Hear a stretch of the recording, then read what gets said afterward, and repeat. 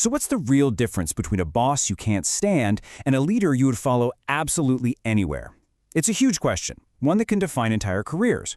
Today we're going to unlock the secrets of what real leadership is all about. And trust me, the answer might not be what you think. Let's dive in.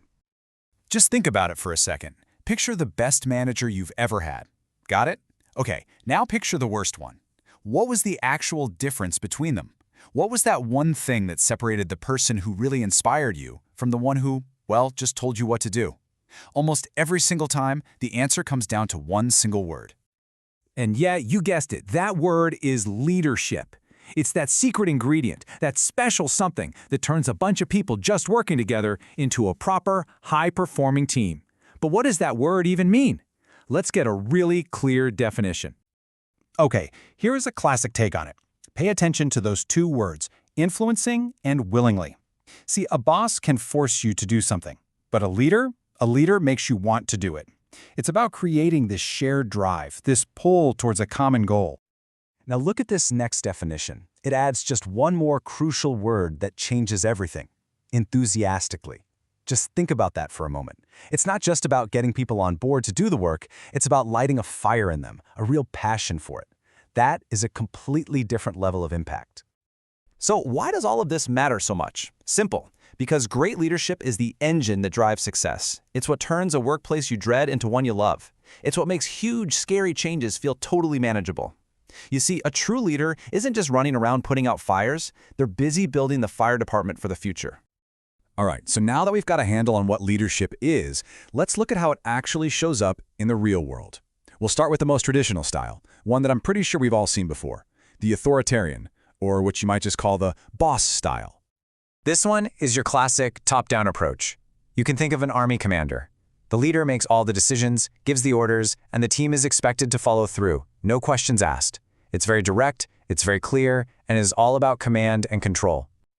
So here, communication is basically a one-way street, from the top down. This leader isn't really looking for a debate. But hang on, don't just write it off as a bad thing. In a real crisis, or maybe on a factory floor where time is everything, this kind of decisive approach can be incredibly effective, and the motivation is just as clear-cut. You do well, you get rewarded, you don't, and, well, there are consequences. Okay, now let's completely flip that idea on its head and look at a totally different way of doing things, the democratic, or the team player approach. With this style, the leader isn't a commander giving orders from afar. No, they're more like a team captain. They're on the field, playing right alongside their team, figuring out the plans and making the big decisions with everyone's input. It's all about collaboration. This whole style is built on participation. Everyone is encouraged to share their opinion because the main focus is on achieving the goals together. So the control here doesn't come from one person at the top. It actually comes from the entire group, from that shared commitment everyone has. Right, our third and final style takes an even bigger step back. Actually, it's pretty much hands-off. This is what's known as the laissez-faire or the free rein approach. Just imagine a coach who trusts the team so much that they let the players call their own plays during a match. That's your free rein leader. They give their people a huge amount of independence, empowering them to not just set their own goals, but also figure out their own way to get there. Yeah, this style is genuinely hands-off. The leader actively avoids using their formal power, only stepping in when it's absolutely critical. The team, well, they are empowered to manage their own work, solve their own problems, and take full responsibility for the results. The leader's job, it shifts to being a supporter, a resource. And as you can imagine, this approach works wonders with a team of highly skilled, self-motivated experts. So, three very different styles, right? We have the authoritarian commander, the democratic team captain, and the free rein coach. Now, let's put them all side by side to really see how they stack up against each other. So when you look at them like this, a really clear pattern starts to emerge. It's basically a spectrum. On one end, you have total control with the leader making all the calls. As you move across, you see that control start to shift over to the team.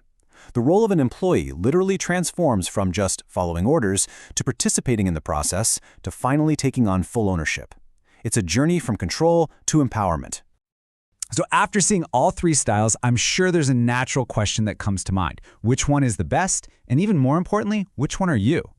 And here is the real secret.